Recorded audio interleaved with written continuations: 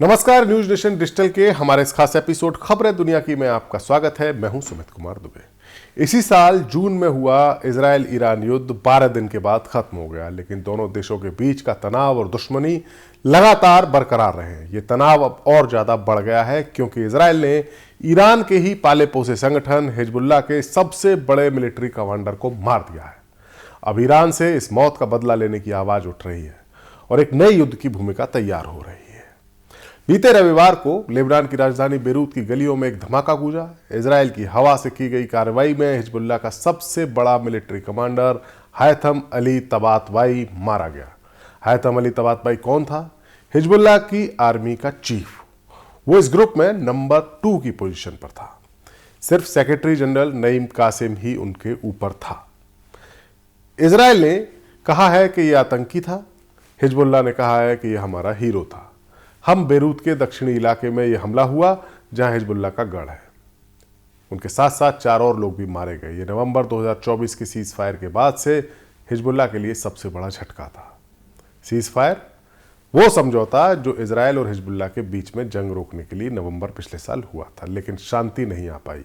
शांति सिर्फ कागजों पर ही रही। इजराइल कहता है कि हिजबुल्लाह हथियार जमा कर रहा है, अपनी फौज को दोबारा मजबूत कर रहा है और लेबनान की सरकार पर इजराइल की ओर से दबाव डाला जा रहा है कि हिजबुल्लाह को इनएक्टिव किया जाए। कोशिश भी हो रही है, अमेरिका भी लेबनान की सरकार पर दबाव डाल रहा है, लेकिन ऐसा हो नहीं रहा। सोमवार को बेरूत में तबातबाई की अंतिम संस्कार उनका हुआ। सैकड़ों लोग सड़कों पर उतरे, उनके हाथों में तस्वीरें थीं, पीले झंडे थे। हिजबुल्लाह के पुराने लीडर हसन नसरल्लाह की तस्वीरें थीं और ईरान के supreme leader Ayatollah Ali Khamenei की तस्वीरें थीं।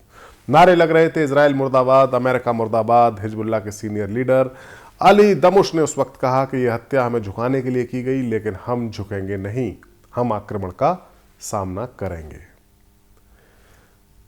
इजराइल के army chief lieutenant general Eyal Zamir ने अपनी फौज को अलर्ट पर रखने के लिए कहा है क्योंकि उनको लग रहा है कि अब रिएक्शन हो सकता है। उनके उत्तरी बॉर्डर पर एयर डिफेंस मजबूत की गई है क्योंकि इजराइल का उत्तरी बॉर्डर ही लेबनान के दक्षिणी बॉर्डर से मिलता है जहां हिजबुल्लाह का गढ़ है। एक सरप्राइज ड्रिल भी चलाई गई लेबनान और सीरिया के बॉर्डर पर।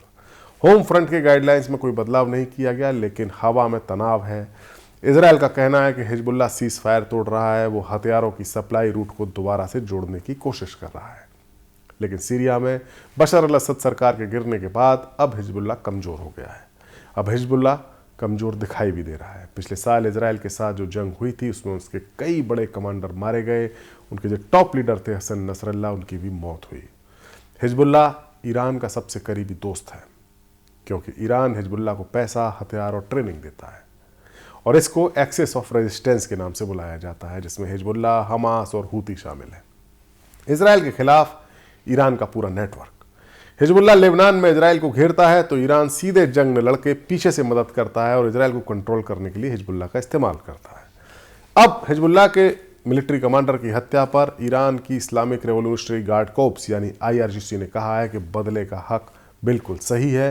उन्होंने इसे कायराना हत्या कहा है। ईरान की सुप्रीम नेशनल सिक्योरिटी काउंसिल के सेक्रेटरी अली लारिजानी ने तो साफ साफ कह दिया है कि इजराइल से सीधी टक्कर ही अब बची है और कोई रास्ता बचा ही नहीं। यह बयान 24 नवंबर को आया और मिडिल ईस्ट की हवा में एक दुश्मनी की बात फैल गई।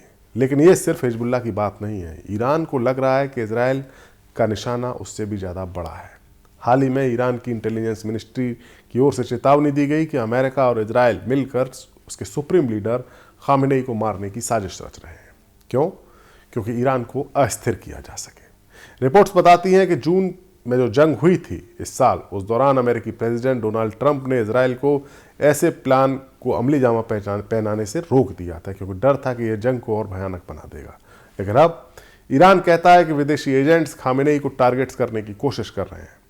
इजराइल के सिक्योरिटी ऑफिशियल्स ने तो यहां तक कहा है कि अगर खामेनेई सीज फायर पर राजी नहीं हुए होते तो उन्हें मारा भी जा सकता था। यह खबर 24 नवंबर को फैली। इजराइल की यह खबर कि इजराइल खामेनेई को मारने का प्लान बना रहा है, ये 24 नवंबर को आई। इंटेलिजेंस मिनिस्ट्री ने कहा कि हम सतर्क हैं, कोई साजिश कामयाब नहीं होगी। लेकिन सवाल यह है कि क्या ये साजिश वाकई चल रही है? ईरान अपनी जनता को एकजुट करने के लिए कोई कहानी भी सुना रहा है। खामेनेई 86 साल के हैं। उनकी मौत से ईरान में सत्ता का खेल बदल भी सकता है। इजराइल के लिए ये मौका हो सकता है, लेकिन इससे भी ज़्यादा एक और बड़ा मसला है जो सबसे ज़्यादा संवेदनशील है, और वो है ईरान का न्यूक्लियर प्रोग्राम। ये इजराइल के लिए सबसे बड़ा डर है। ईरान कहता है कि हमारा प्रोग्राम शांतिपूर्ण है, हम बिजली बनाने के लिए कर रहे हैं, लेकिन इजराइल कहता है कि ये परमाणु बम बनाने की साजिश है। 2015 में समझौता हुआ था अमेरिका के साथ, जिसमें ईरान ने वादा किया था कि हम न्यूक्लियर एक्टिविटीज़ को लिमिटेड रखेंगे, बदले में उसके ऊपर लगे सैंक्शंस हटेंगे। लेकिन उस समझौते को अमेरिका ने ही तोड़ दिया, और तब तोड़ा जब डोनाल्ड ट्रंप पहली बार अमेरिका के राष्ट्रपति बने थे। ये समझौता 2015 में हुआ और 2018 में टूट गया। अब 2025 में सितंबर के आखिर में जर्मनी, फ्रांस और यूके ने एक स्नैपबैक मैकेनिज्म के तहत यूएन में सैंक्शन जो यूएन के लगे थे ईरान पर, उनको दोबारा लागू कराया गया, क्योंकि ईरान ने इस समझौते के नियम तोड़े थे। इजराइल ने जून में ही ईरान की न्यूक्लियर साइट्स पर हमला किया था। जो जंग हुई थी 12 दिन की, उस दौरान नतांज, फोर्डो जैसे प्लांट्स को निशाना बनाया गया। अमेरिका ने भी मदद की थी। रिपोर्ट्स बताती हैं कि ईरान ने फिर से न्यूक्लियर वेपन पर रिसर्च करना शुरू कर दिया है और उसके पास बड़ी मात्रा में एनरिच्ड यूरेनियम मौजूद है। तो फिर तनाव अब क्यों बढ़ रहा है? क्योंकि जैसे जैसे तनाव भी बढ़ रहा है, वैसे वैसे ईरान अपनी ताकत को दोबारा खड़ी भी कर रहा है।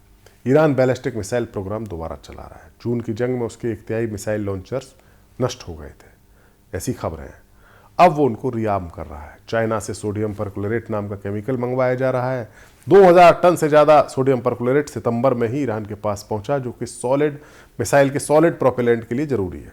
एक शिपमेंट में 500 मिसाइलें बन सकती हैं। कहा जा रहा है कि ईरान का टारगेट यह है कि एक साथ अगर युद्ध होता है तो 2000 मिसाइलों के बैराज इजराइल पर दाग दिया जाए, ताकि इजराइल का एयर डिफेंस नाकाम हो जाए। इजराइल कहता है कि हम फिर भी हमला करेंगे अगर ज़रूरी लगा तो। वेस्टर्न इंटेलिजेंस का कहना है कि ईरान सैंक्शंस के बावजूद अपने आप को रिबिल्ड कर रहा है, और ईरान अकेला नहीं है, उसके 2 बड़े दोस्त हैं, रूस और चीन।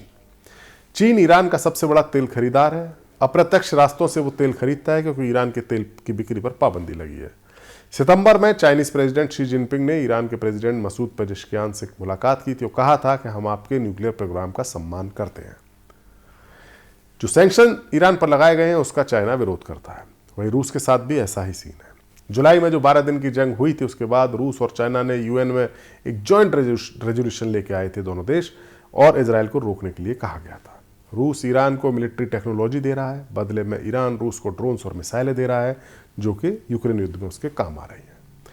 चाइना की फ्रंट कंपनियां ईरान को ड्यूअल यूज वाले आइटम्स भेज रही हैं, यानी जिनका सिविल मकसद के लिए इस्तेमाल किया जा सके और मिलिट्री हार्डवेयर के लिए इस्तेमाल किया जा सके। ईरान के एक्सपर्ट्स कहते हैं कि हम अपनी ताकत बढ़ा रहे हैं खुद के संसाधनों से, और बाकी काम इंपोर्ट के जरिए, जो जाहिर है रशिया या चाइना की तरफ से हो रहा है। लेकिन ये तैयारी क्यों है? क्योंकि ईरान को लगता है कि इजराइल प्रीएम्प्टिव स्ट्राइक कर सकता है। प्रीएम्प्टिव स्ट्राइक्स मतलब अगर इजराइल को लगा कि हम पर खतरा है तो ईरान हमला कर सकता है, तो ईरान के हमले से पहले ही इजराइल हमला कर देगा। ये ईरान को डर है, और गलतफहमी से जंग भड़क सकती है। ये कहानी अभी ख़त्म नहीं हुई है। कल क्या होगा? शायद हिजबुल्लाह रॉकेट दागे या इजराइल फिर से हमला करे।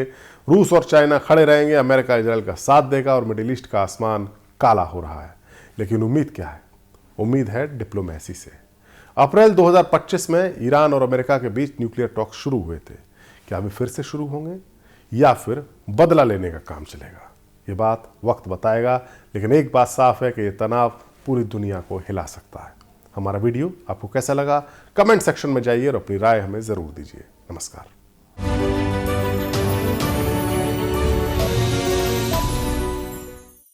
जहाँ भक्ति है हर शब्द में, कथाओं में छुपे हैं दिव्य रहस्य, और ज्योतिष देता है जीवन को दिशा। धर्म से जुड़ी हर बातों को जानने के लिए हमारे चैनल स्तुति को सब्सक्राइब करें। चैनल पर जाने के लिए इस लिंक पर क्लिक करें।